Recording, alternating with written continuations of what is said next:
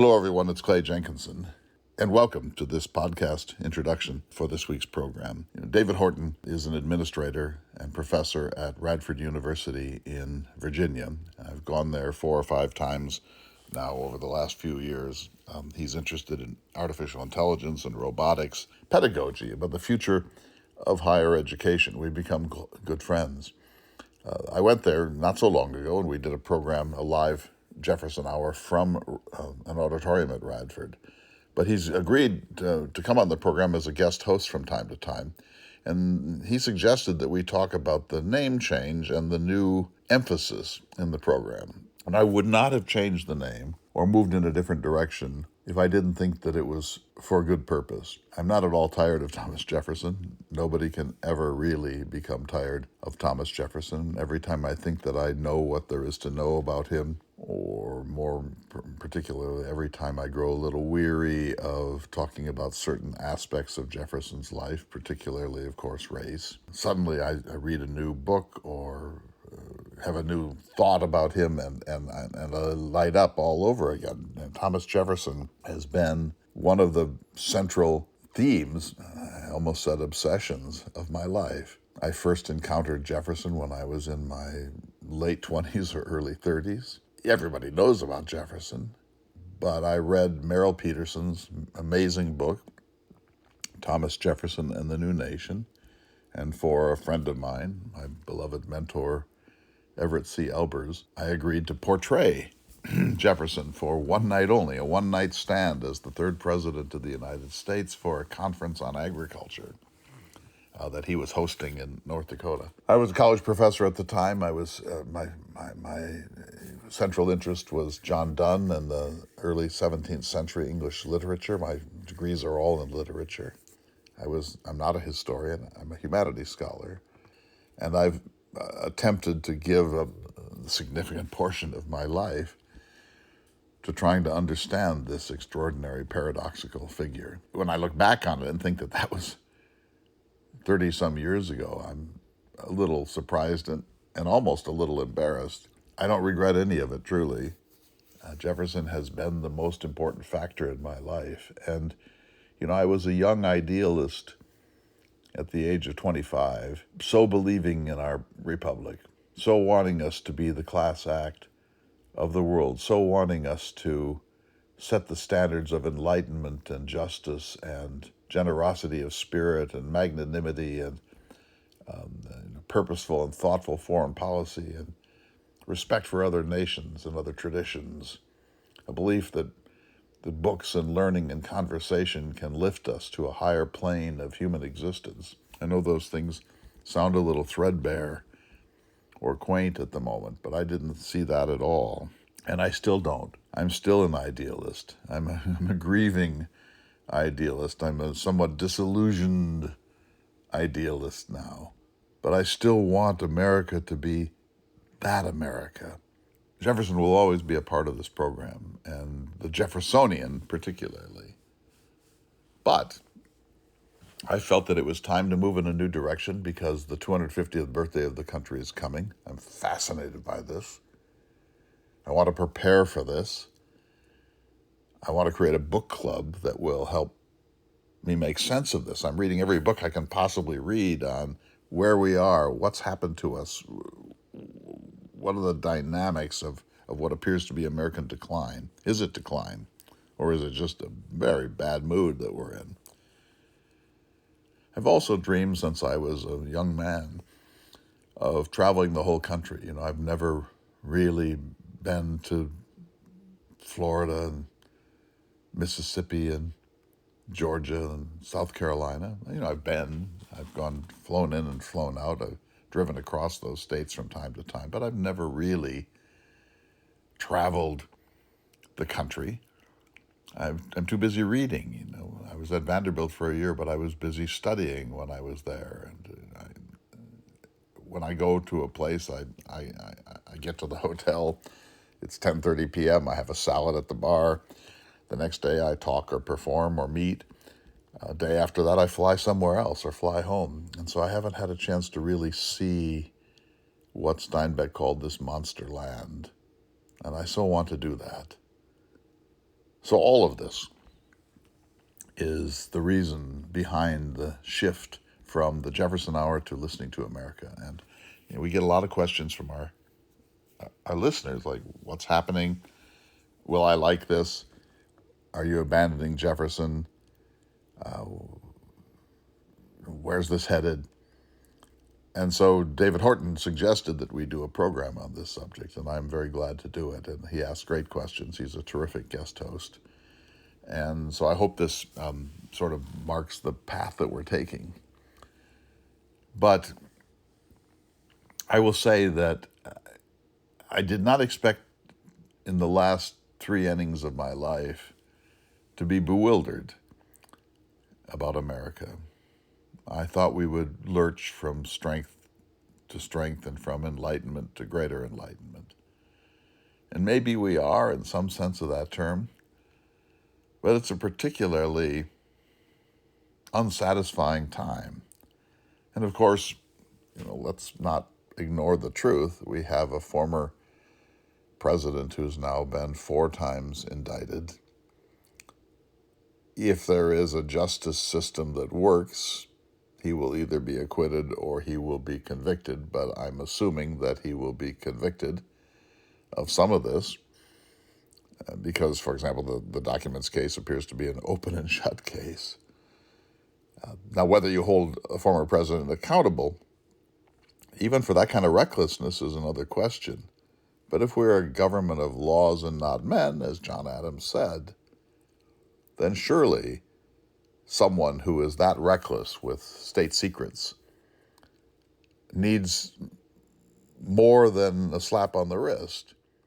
So here we are. I mean, to see mugshots of a former president of the United States is not satisfying. I'm offended when the folks at MSNBC seem to be cheerleading about this.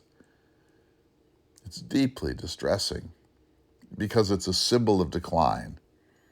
How have we reached this point? So the moment that we're in is not a glorious moment. The glory will come if the rule of law holds and that the conviction of at least some of these fellows for some of these crimes, and maybe including the former president, perks the country up. It discourages this sort of activity. A very large number of the January 6th insurrectionists have been convicted and have gone to prison or will be going to prison. We need to hold people accountable at every level of this. So maybe that discourages the next insurrection because somebody who was there and got caught up in the mob, as can happen to anybody, and wound up shattering windows or assaulting a Capitol policeman, that person didn't really go there expecting to go to prison. That has to be a deep shock to the person and his or her family. One hopes that, and you do see anecdotes of this, that sobers people up and they say, I got caught up. I can't believe I did this. Yes, I'm guilty. Of course, I have to pay the price. We hope that there is a persuasion that comes from this, that we have to live within the lane of political discourse. We have to solve our disputes by debate, including fierce debate, rather than through sticks and stones and guns and mace and bear spray. Anyway, the times we are in do not lend themselves to great optimism, but I continue to believe we can turn this around. And if we go through the 250th birthday of the country, and it's just a screaming match, as it very well may be, that will be one of the most disheartening events of my life. So, let's go to the program. I so appreciate your being here. I hope you stay with us and encourage others and join us on the road and make suggestions of people to see, places to go, interviews to conduct, vistas to photograph, experiences to seek out. That's what listening to America is all about. So thank you, everyone.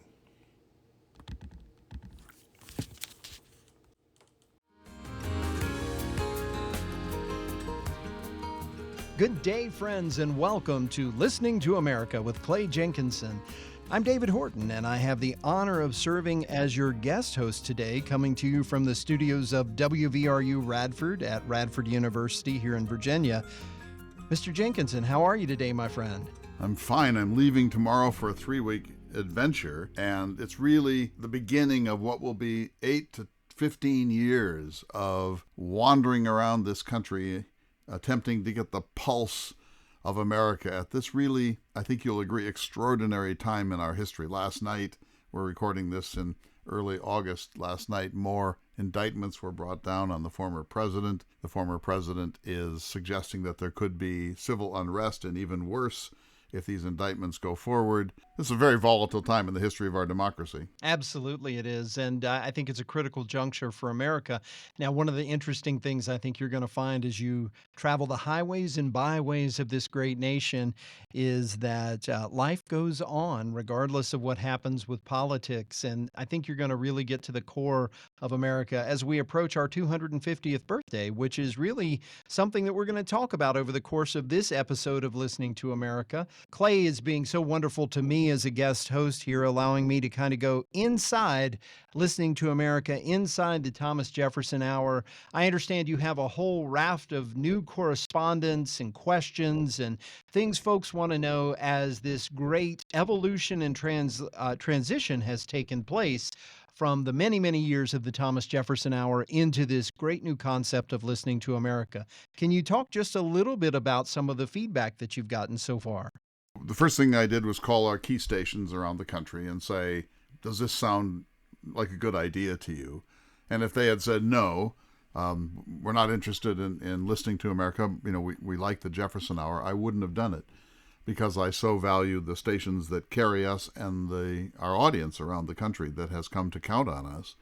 But all the feedback I've received, David, has been positive, that this is a good departure for a lot of different reasons, which we can discuss. And so on that basis, I decided to move forward. So as I keep saying, there's going to be more continuity than change. It'll still have a lot of Thomas Jefferson and the Founding Fathers and so on. Lindsay Chervinsky will still be a very frequent guest.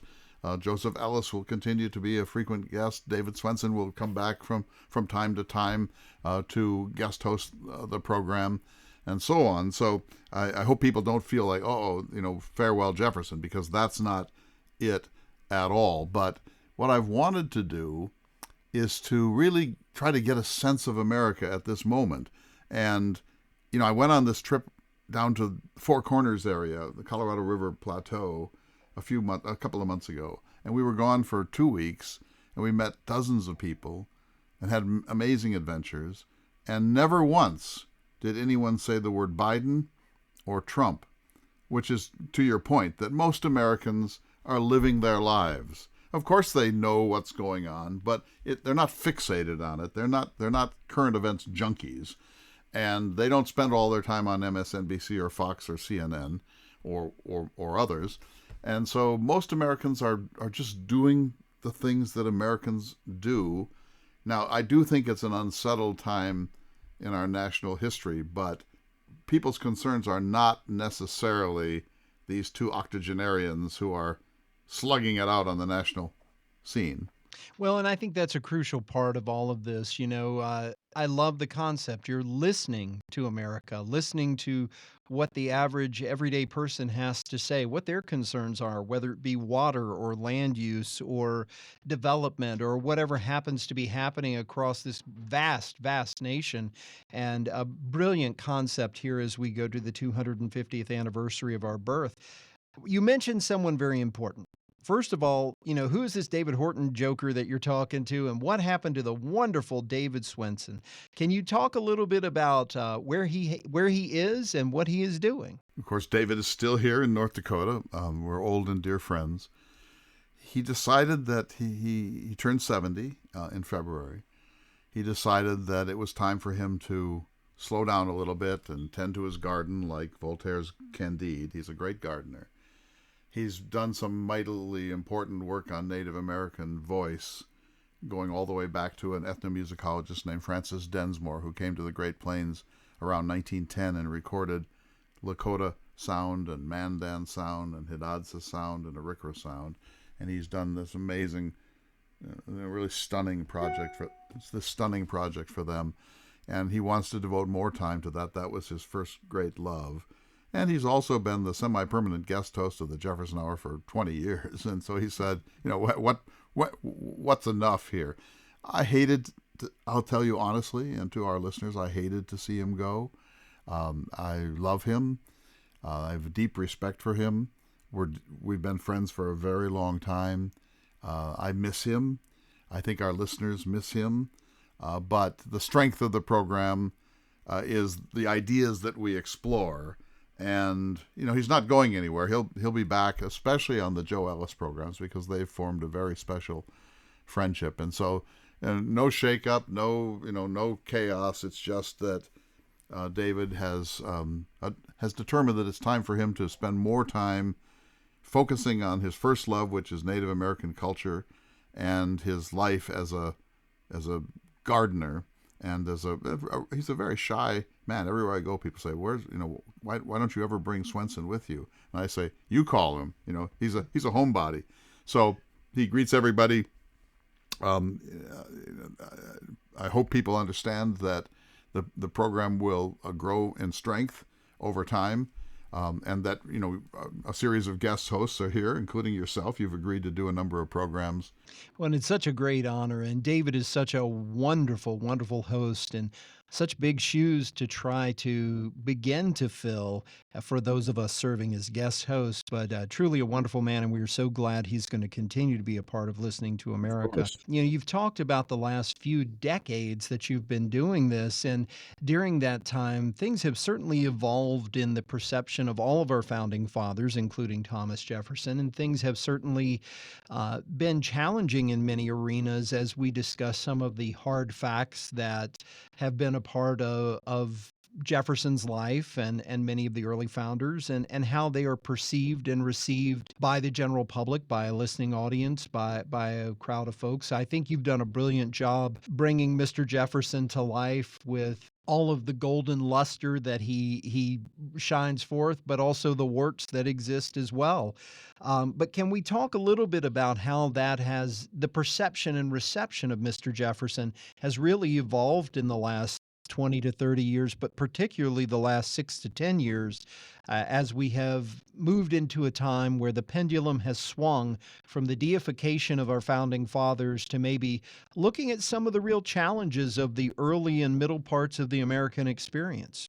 That's a great question, and I want to be really thoughtful about my answer here. So I've been at this for a very long time, for more than 30 years. When I started, Jefferson was riding high. He was without question, regarded as the greatest of the founding fathers, almost unique as this Renaissance man, America's Da Vinci, this incredibly gifted person. And slavery was an issue, but it was a very minor issue and sort of got it on and off the table pretty quickly. And Jefferson was regarded as a good slaveholder, if that isn't just a contradiction in terms. Over time, the questions of race and slavery and Jefferson's hypocrisies have caught up with him until now the pendulum has swung far in the other direction to the point where he's essentially the poster child now for the unresolved race issues of the founding generation and continuing to this day. And let me say right off, he richly deserves this increased scrutiny. There have been a number of times in the last 15 years when I've thought I can never put on the wig and tights again. I don't want to be that person. Not that I don't admire Jefferson, because I do deeply, but I don't want to. There are days when I just don't want to have to face the fact myself that this great man, one of the greatest advocates of liberty that the world has ever seen, had this deep contradiction at the center of his life, and that he didn't actually wrestle it to the ground. He found a way just to learn to live with it, and he would wring his hands and say that nobody wished more than he did for an end to this, and so on and so forth. But when push came to shove, he was paralyzed by his dependency on slave labor. He was paralyzed by his I'm sorry to say, his attitudes, which were racist. He was paralyzed by his vision of America, which was an Anglo-European, Caucasian vision of America. And so it's not that that didn't drive me away from Jefferson, but it has made me uncomfortable. So that's for me. It's not that I would ever have quit doing the Jefferson Hour on that basis alone, but it has made me less comfortable with Jefferson than I used to be. And I acknowledge the justice of the deep scrutiny and judgment. Meanwhile, a number of Americans, some black, some not, have found that Jefferson is now simply intolerable, that he's toxic, that he must be canceled. In fact, I got a letter a couple of weeks ago from someone who said, I will never listen to you again because you're attached to that man, and went on to say, he was a racist and a rapist and so on. And so there is that energy. Schools are changing their name. Statues have come down. There's even talk in some quarters about erasing him from Mount Rushmore or demolishing the Jefferson Memorial in Washington, D.C. I think we will survive that, and things will return to a more balanced view over time. But there's no question that he's fallen precipitously. And frankly, David, if I were a young humanities scholar today, I would not take on the character of Thomas Jefferson now, because I think there's too much that you have to face. So when I started, maybe 1 out of every 3 presentations that I would give, there would be a question about slavery. Now, I may as well just start answering that question the minute I stand up, because it's so central now to everybody's understanding of this great man. And so I don't think that's fair, but I understand it. And so that isn't what's changed the nature of this program, but it's a factor, because I don't want to be giving my energies to a perpetuation of pain. And in some quarters, Jefferson equals pain. And that is a brilliant way to discuss all of this. And I think one of the true services you do, not only for Mr. Jefferson and the founders, but for the listeners of this program, is to contextualize what's happening. You can present as Mr. Jefferson at times, but also as Clay, and to explain this is why it's different. This is the way things go. We need to take a break here in just a moment, but when we come back, I would like to talk just a little bit more about the transition and this brilliant concept of listening to America. This is Listening to America with Clay Jenkinson.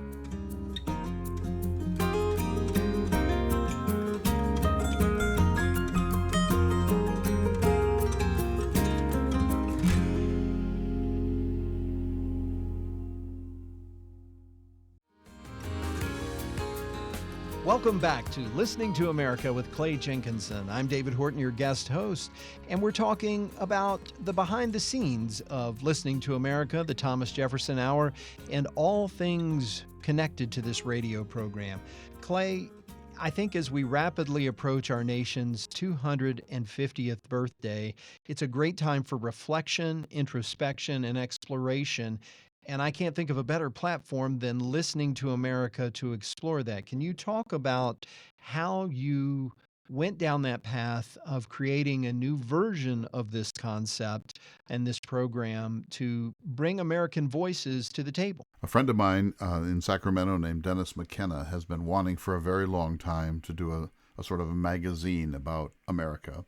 Of course, we're beyond now the age of print in many respects. And we've been working together for 30 years on a range of projects. And we've both been dreaming of sort of what would it take to really try to make sense of what Steinbeck called this monster country. I've been wanting for a number of years to do more than Jefferson, to talk about Theodore Roosevelt's America, to talk about Robert Oppenheimer. And of course, now suddenly here's Robert Oppenheimer. And with the 250th birthday coming, I wanted to try to get a sense of the pulse of the country. And I worked with a woman in in Norfolk not so long ago, and she said, look, there's not one soul of America. There are many souls of America. And of course that's true. And I'm a white man, senior citizen, born in North Dakota, highly privileged in my education, had a very comfortable sort of life, have never been discriminated against. And so I can only see what I can see. The lens we wear determines the thing that we see. So I know my own limitations.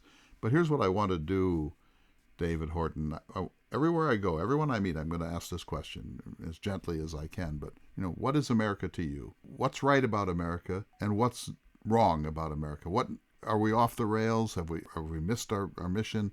Are we failing? If you could change anything, what would you change? If you had to explain America to someone from Sri Lanka or from Jupiter, how would you explain it? And I think people, at first they'll be like, that's too big a question, that's too abstract a question, but it won't be long before they really start to talk. And I want to really listen to this. It would be easy to be a cynic and say that what binds America together now is Walmart, is consumerism, is schlock television, is instant messaging and so on.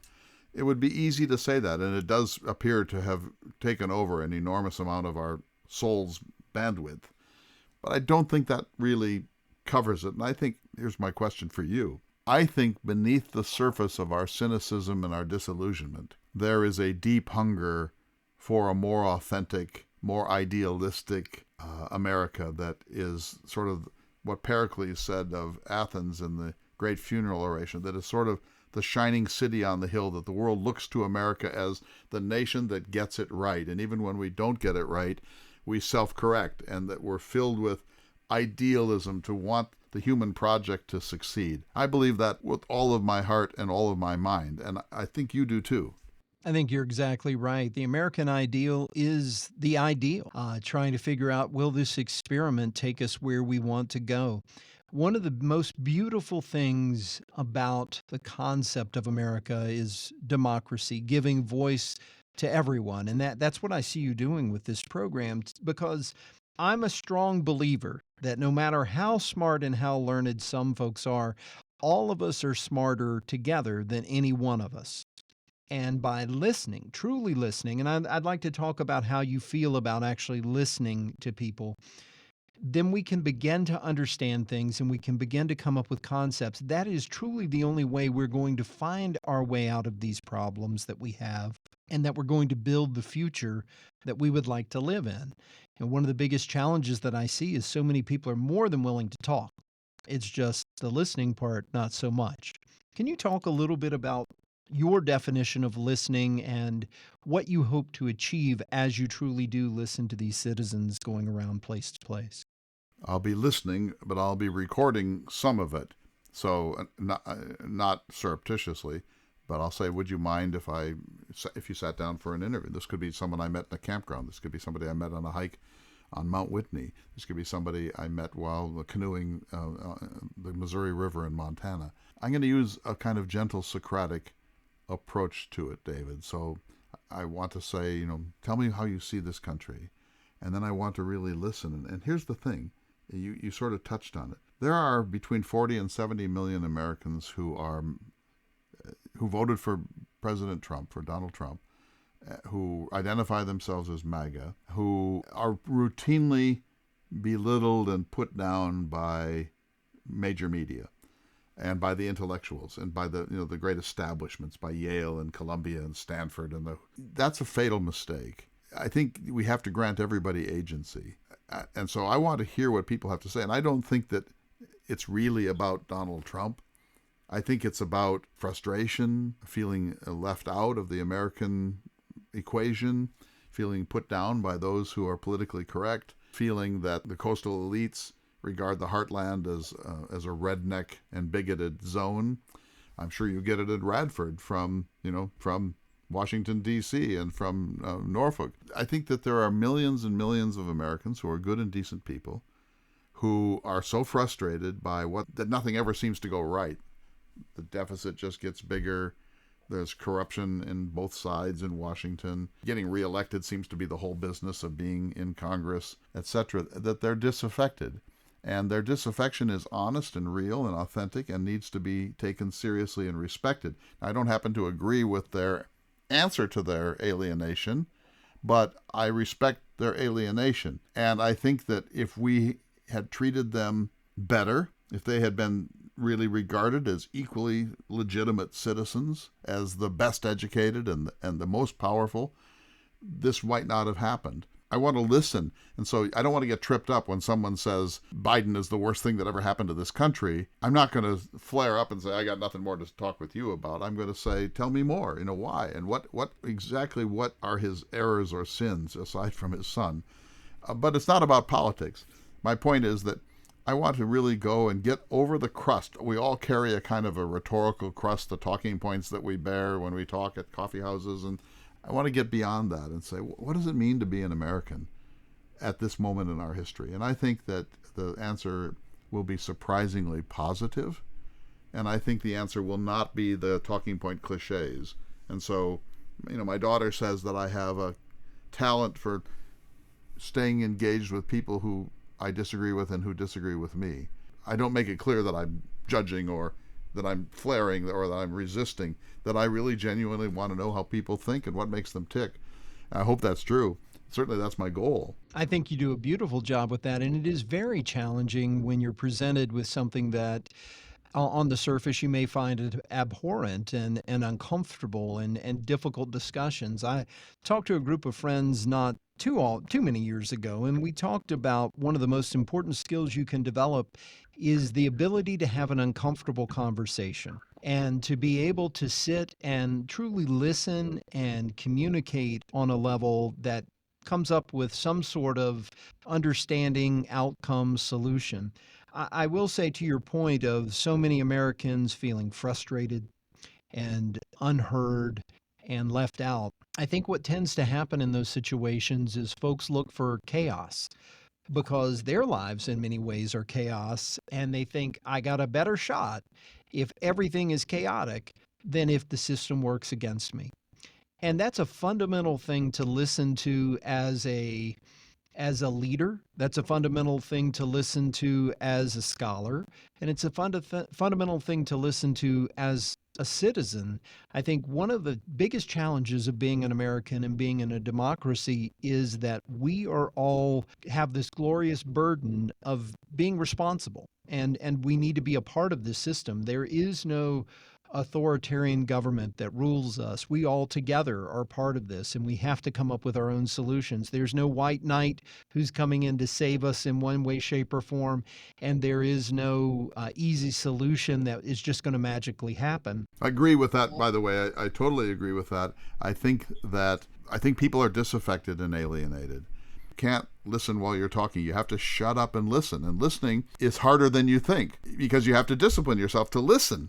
And listening doesn't mean just letting someone talk. It means being able to say, I think I hear you saying. Listening as an active, generous phenomenon, and most of us just let somebody yak on and wait for the moment when we can talk. And I think listening is a much deeper commitment than that. I think you're exactly right with that. It's a process. You take it in, you mull it around in your mind, you contextualize it with your experiences, and then you want to reassure the person who you're listening to that you're understanding them. And I think that that's a big part of this. And you're completely right about talking and how people wait to talk as opposed to actually listen. I think this is a great concept as we're moving forward. And what I find in my experience is we actually agree on far more than we disagree on. It's just big headline things that are on the extremes of society tend to be those areas where there's divisiveness and challenge and drama and all of the pieces that begin to tear us apart and silo us as a nation. I think it's going to be fascinating to find out what people have to say and also ask them, what are your solutions?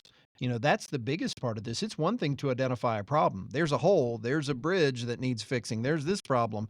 But how do you fix it? How do you go about it? And how do we work together as a nation to move forward and become who we could best be?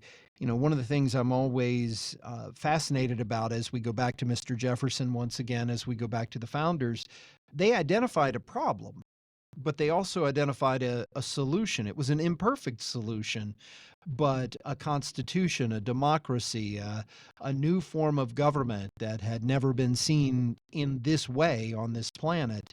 And I think that's kind of where we are. We can identify all these problems and run down a whole list of concerns and worries and ways that some people aren't being given a fair shake and don't have an opportunity. But what are those answers? And I think listening to America can help us with that. If you and I play Monopoly and you're winning, and I'm not liking that, I can't just take an axe and smash it down on the board.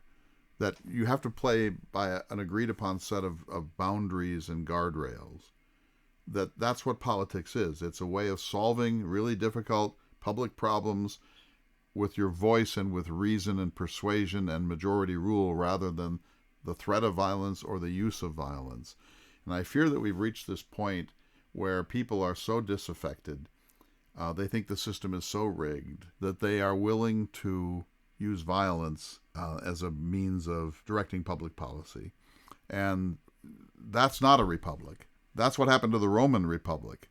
When there are private armies, when violence replaces persuasion and oratory, when people use the forces of intimidation, that's when a society dies. And one of the mistakes we make is thinking that David, is thinking that the collapse of a republic happens in one spasmodic moment. It doesn't. It's death by 1,000 cuts. I would like us to reinvigorate during this 250th birthday. I almost said celebration.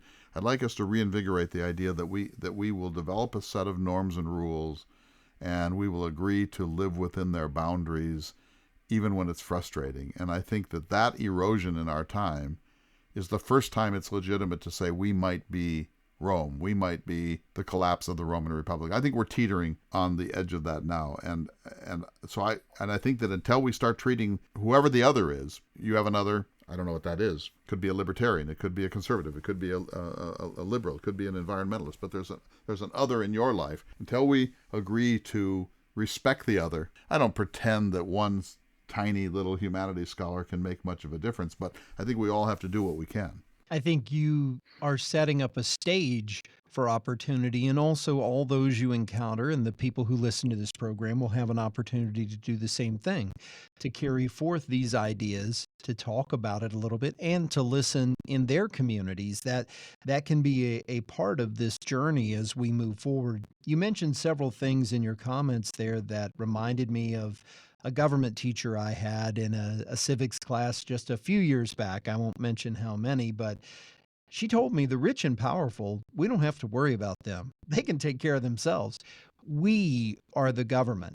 The government is us. The government is a group of us sitting around the table with some assets in the middle, trying to figure out how to solve the problems we have in our lives, how to utilize those assets to give folks the best opportunity, how to explore different pathways that present us with the quality of life we hope to achieve. That has always stuck with me. Now, I will tell you, when I tell some of my friends that, they're like, socialist, or that's an idealistic way to look at it, and it doesn't work that way. And I get it, because I hear this all the time, but I also see where that's very true. And that if we get back to that thought, that the government is us working together, and that we have a responsibility, whether we're a voter, an elected official, a staff member, or whomever we are in this process, how do we participate? How do we connect? And how do we make things better?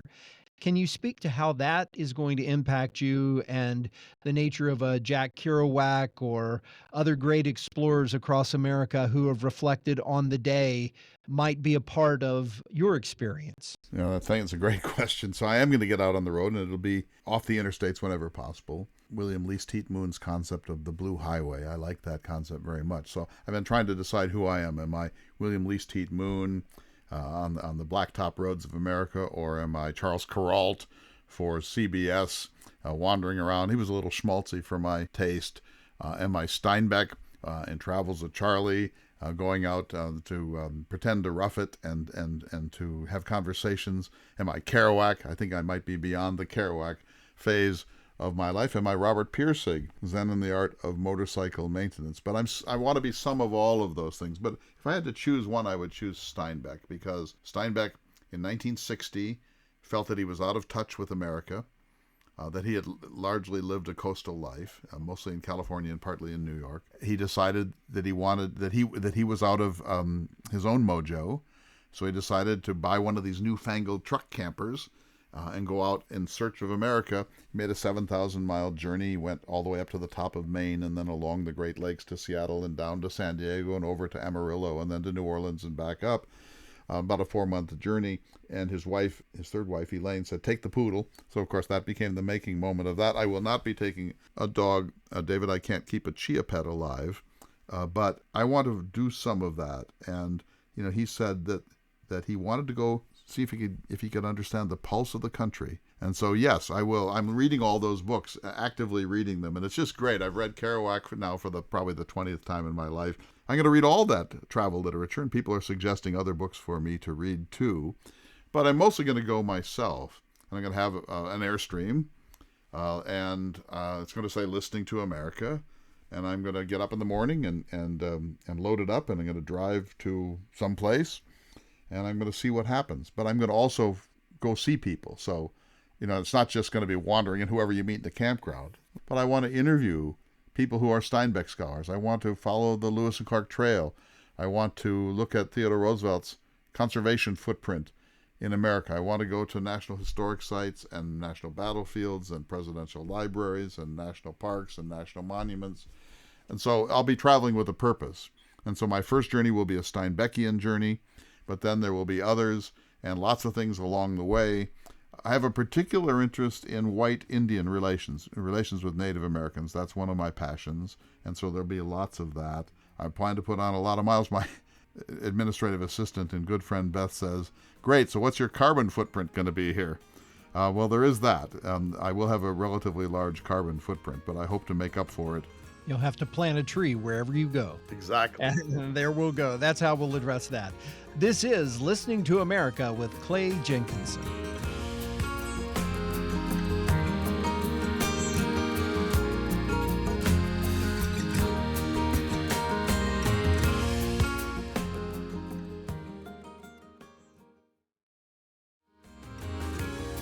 Good day, friends. You're listening to America with Clay Jenkinson. I'm David Horton, serving as guest host for this edition, and we are talking a little bit behind the scenes of Listening to America, the Thomas Jefferson Hour, and all that has made this program great for so long, and all of the wonderful new concepts and the evolution that's moving along with this journey across America. Clay, one of the things that I'm always fascinated about is you go on the road and you present Mr. Jefferson, you present other people who I'd like to talk about, but I would love to share with the listeners some of your favorite stories about times when maybe it didn't go exactly as planned, some of the unique experiences you've had as Mr. Jefferson.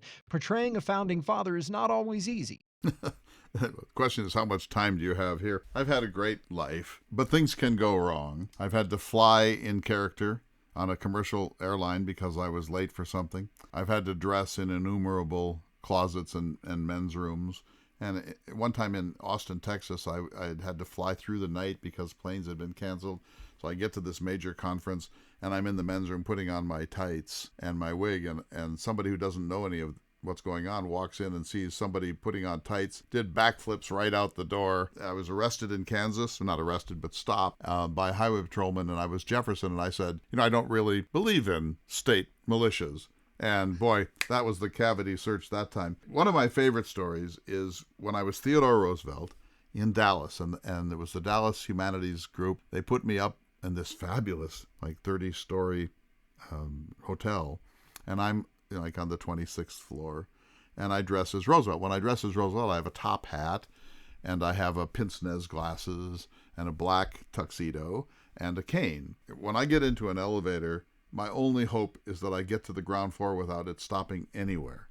No matter what character I'm doing, if there were a secret back elevator, I'd be in it. It's like the 26th floor, and I know what's going to happen, so it stops at the 24th floor, and the door opens, and in walks Kobe Bryant, the famous basketball player, and I looked at him, and he looked at me, and I thought, I look like Mr. Peanut. What is he, and what are you supposed to say? I'm a humanities scholar who's portraying Theodore Roosevelt. Nice to see you, sir. I admire your work. And so, he's in one corner, I'm in another corner. It's one of the most excruciating moments of my life. He's someone I really respect, but I look like an idiot. That's a nice term to put it in. So that was a rough one. Here's another one. This is another of my very favorites. I'm Meriwether Lewis, and I'm in this town in Colorado, and I'm dressed in buckskins. Just about the time, there are 200 people in the audience, and they're all really nice senior citizens. Just about the time I'm going to start, in walk like 5 or 6 men in buckskins. They're reenactors. They're out of time. They wish they had been mountain men. They look like mountain men, long greasy hair and knives and hatchets and so on, muskets. And they come and they all sit in the front row. And I think, oh God, when the Q&A session comes, they're going to say, like, how many grains of gunpowder do you need when you're whooping a badger? Or they're going to ask some impossible mountain man questions that I'm going to be exposed as a complete fraud, right? Gave like a 2.5-hour monologue to just try to outlast them. But finally, when the Q&A session came, all their hands went straight up immediately. I'd look over them and I'd see some 70-year-old woman. I'd say, that woman in the back.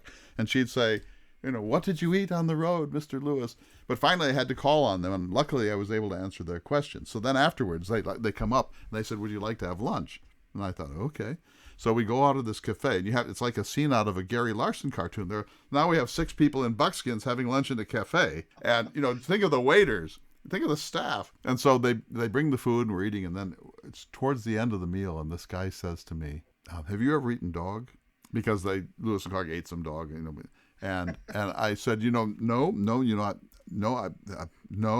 I have to say I've never eaten dog. And then it was like a drug deal in the back alley. This guy leans forward and he says, we could make that possible. And so what do you do then? So this is the kind of thing that happens to me. And as John Wesley Powell, the one-armed Civil War hero, I'm at Grinnell College in Iowa. I've got this beard that's almost down to my belly button, this mustache. My arm is pinned behind my back. I'm dressed in kind of river rat clothing. And I'm sitting outside waiting to be brought into this conference. And a campus policeman comes up and says, you're going to have to come with me, because he thinks I'm some homeless derelict, a dangerous homeless man who's found refuge in this auditorium. And I can't get my arm out from my back.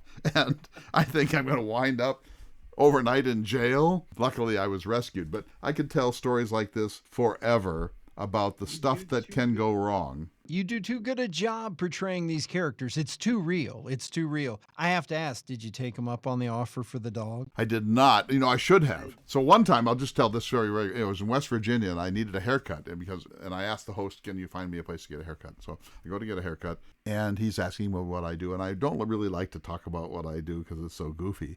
I finally say, I'm here to beat Thomas Jefferson. And he says, so you dress up, do you? And I said, yeah, I do. And he said, he said, I want to show you something. So he goes and gets a magazine and he shows it to me. And there's a spread, like 8 pages of this really handsome woman in high heels and sequins and so on. And he said, what do you think? And I said, yeah, she's really very beautiful. Why are you showing this to me? He said, well, that's me. And I said, oh, okay. And he said, I'm going to this club tonight. Would you be interested? I could make you up. We could shave your legs. I've got clothing for you. I'd do your hair. And here's the thing, David. I felt I should do this. I didn't do it. I'm too much of a coward. But this is the only chance I was ever going to get. It was going to be perfectly safe. I wasn't concerned about anything. It was the only chance I was ever going to get to go kind of immerse myself for a moment in that world. It's not my world, that's for sure, but it's not a world I disrespect. And he was making this offer, so of course I tipped heavily and got the heck out of there. One time I was in a minimum security prison in California for women, and I gave this Jefferson performance. So during the Q&A period, all went well, and then I broke character, as I always do, and I said, are there any questions for me as a humanities scholar? And this woman stood up and said, well, how do you feel about performing as Jefferson? They're all black. It's like 100% black women. And I said, well, it makes me a little uncomfortable because Jefferson was a slaveholder. And then she stood up in front of everybody and she said, you're going to dress like that, you're going to get that. And I thought, okay, you're right. You're right. That if I dress like this, stuff's going to happen. There are going to be embarrassing moments. There's going to be misunderstanding. There's going to be comedy. There's going to be farce. It's 2 quick things about that. It goes with the territory, obviously, and you do such a brilliant job, and I'd like to get into the development of some of these characters for just a minute, if we may. Was Jefferson your first character, or had you portrayed other characters earlier in your life? Well, when I was in Boy Scouts and Cub Scouts, I portrayed either Lewis or Clark in a skit. My first character was Lewis, actually, and I did it for a year. But then my mentor, Everett Albers of the North Dakota Humanities Council, who sent me down this path, he asked me to do Jefferson, and I did it as a favor for one night only. When I realized I had to do at least a minimum of work to to get ready for that night, and I realized, oh my goodness, Jefferson is like the most extraordinary human being I've ever encountered. Oppenheimer's a character that I worked up about 15 years ago. The phone doesn't ring that much, although it's ringing now. So how do you get ready to do this? Well, first of all, you read a couple of biographies and take very extensive notes. I mark up my books. I'm not afraid to mark up books. Type out passages to memorize. Then you read secondary and tertiary literature, so the Manhattan Project, Life at Los Alamos, books about the decision to drop the atomic bomb. So you start by reading biographies, taking extremely extensive notes, and then you read this wide body of secondary and tertiary literature. And then I read a negative biography, and then you try to take on a little quantum mechanics, quantum theory, and that doesn't really get you very far. Niels Bohr said anyone who says they know anything about quantum theory is lying, so that's good news for me. But I read 4 or 5 books, including dumb ones like The Tao of Physics, and then moving my way up. I've probably read 30 books now, and I haven't given a single performance. And then I build a Bible, a kind of a 1 page on every subject. So the Chevalier affair, his relationship with his wife, what he said on the day that the detonation occurred at Alamogordo. And I type these out and I laminate them and bind them. So that becomes like the Bible. So if I'm on an airplane, I can quickly with the exact data points. And then I say you have to do it. You have to perform 50 times before you're ready. So you just have to go out. And, with Oppenheimer, I love Oppenheimer. He's my favorite character. He's amazing. But once I gave a talk in Las Vegas and there were like 30 nuclear physicists there, I virtually had a nervous breakdown, because if they had asked a single question, like, how does a black hole really work, Dr. Oppenheimer? You were the pioneer on black holes. I would have just had to faint. Well, I think that's one of the challenges when you perform any character. Who owns the story of that character? So often, if it comes from an autobiography, it's colored and definitely goes down the paths that the individual wanted folks to share. If it's owned by someone else, what was their agenda? What was their time period?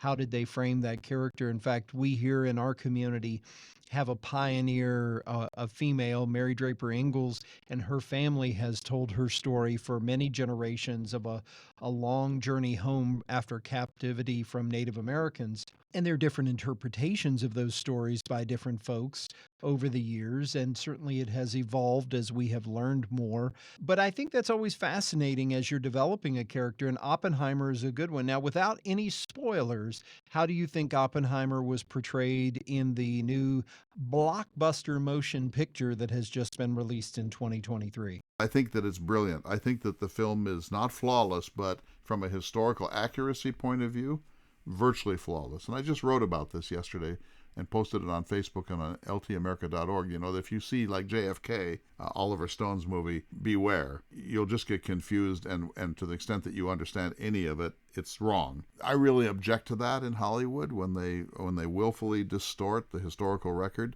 And I went to Oppenheimer on the day that it opened, and I prepared to shake my fist at the screen. And I was certain that Hollywood would do what Hollywood does and just make a hash of it. They didn't. Christopher Nolan is spot on. They're quoting directly from the record. I wanted to find fault, and I really couldn't. Now, I have some concerns about the overall argument of the film, but that's neither here nor there. From a you can count on this. So in other words, I would teach Oppenheimer in a graduate studies course on the Manhattan Project. I would teach that film, and we would then talk about it, but I wouldn't have to say, here are the 110 historical errors, because there aren't any. It's a highly accurate and reliable account of the life and achievement of this man. I think it's wonderful to be able to explore that. But to your point, I think it's interesting to have the film serve as a catalyst for discussion. Even with JFK, with all the things that may be historically inaccurate, it's an opportunity, particularly in our digital virtual world that exists today, to have so many people weigh in and say, this is why this is not accurate, or this is why this is a flawed interpretation. I think one of the biggest challenges for someone in your position is to continue to evolve with these characters. And for example, Oppenheimer, not known by very many people prior to this film in the public sense today. And there will be an impression of Oppenheimer on millions of Americans' minds after they've seen this film.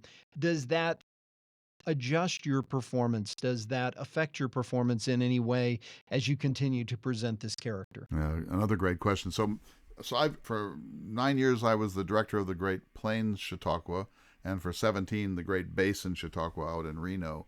And I'm in some circles regarded as the sort of the person who crafted the method. So Jenkinson's method has three elements: an unscripted monologue. I repeat, an unscripted monologue. So if I go into a society of physicists, I give a different Oppenheimer than I would to a senior citizen center in Des Moines. Know your audience. An unscripted monologue, and everyone pretends that they're not going to script, but they do. Then you have to take any question from the audience in character. Nothing planted, nothing prepared. So whatever they ask, you have to answer. You can't duck certain things. So that means you have to know way more than you ever are going to use, which is what I love about it. And then third, you must break character and say, all right, I'm taking my wig off, or I'm taking my atomic badge off. I'm now a scholar. Let me tell you a little bit more about why I answered that question in that way. Or let me say, I didn't give a very good answer on that. As I think about it, Oppenheimer probably would have said such and such. So it has to have these elements: unscripted monologue, a genuine Q&A, and then break character, so that the scholar can say, the only way to contextualize what Meriwether Lewis was doing is to understand what Captain James Cook was doing in the Pacific. So those are the elements, and I developed that early, and when I direct, I insist upon that. We've both seen Chautauqua characters who are working from a script, and it's a distortion of the truth. They make the character, they paper over the warts and the problems. I've seen Lincoln that performed by someone who looked like Lincoln was a Rotarian. There's a lot of bad Chautauqua out there. There's an enormous amount of bad Chautauqua out there. And I always say, when I train people, and I'd like to create a Chautauqua Training Institute, if you start by thinking about the costume, you're out. The costume's the last thing you think about. If you start by saying, oh, here's what I'm going to look like, here's the dress I'm going to get, oh, here I'm going to wear this sword, you're out. Because it's not about that. It's about ideas. And that's my concern about Williamsburg. I admire and respect Williamsburg. Their model is different from mine, and I admire and respect it, but I think that there's too much emphasis on staying rigidly in character when people that are there to try to understand the dynamics of American history. And so I once saw someone portraying Jefferson, and he was asked, how did you feel when your daughter Maria died? And he said, what? She's very much alive. This is 1782. And no. That they asked because they wanted to know. Right. And so I present my characters from an indefinite retrospective, including their death, which I'm reluctant to talk about, but I'm willing to talk about. And I think that's an interesting perspective to have on all of this after so many years of performing the characters and interacting with people to see what they actually want, which takes us back to actually listening to the folks who come to see you, listening to America. And you mentioned ltamerica.org. Correct. As your website. You have a Facebook presence. You're available in many different ways. One of the most important parts about listening to America is getting America involved. We need some Americans to be a part of this. How would you like listeners to this program and Americans in general to be a part of listening to America? They can go to the website and follow. I have a newsletter that they can sign up for. They can follow what I'm doing at ltamerica.org. We're going to have an interactive map when I do this Steinbeck tour next year, so they can follow along, and that's the most important thing. They can contribute. They can say, well, if you're going to be in Miami, you should talk to such and such a person because she's really extraordinary. Or they can say, if you're really interested in a Wounded Knee, here's a place you should go, and here are people you should talk to. I need a new pickup, so there's one. How about a $3,000 gas card? I'll take that. So people can contribute actual funds if they wish, and we need some of that truly. And we're trying to find people to fund my Edward S. Curtis project. I'm going to interview 30 Native American elders about the work of the great photographer Edward S. Curtis. People could underwrite that. So people can contribute, of course, and people have. But that's, of course, who doesn't want a $3,000 gas card? Or a new Ford F-150E pickup. Man, that thing, you're a tech guy. The E F-150 Ford pickup is revolutionizing. I have a rancher friend here who has one, and he says it's more powerful than the best diesel Ford F-150 that he ever had. Anyway, so yes, people can contribute, but the best thing they can do is to wish us well and to follow along and go to ltamerica.org and the Facebook sites and so on. Okay, America, it's up to you to help make this a big success. And Clay, thank you so much for this program, which for me as a fan of the Thomas Jefferson Hour and as someone who has followed your career has been wonderful to hear all of these elements and to understand where we're going with listening to America. And thank you for taking this great journey as we move toward the 250th birthday of our wonderful nation. We'll see you next week for another important edition of Listening to America with Clay Jenkinson. Thanks, everyone.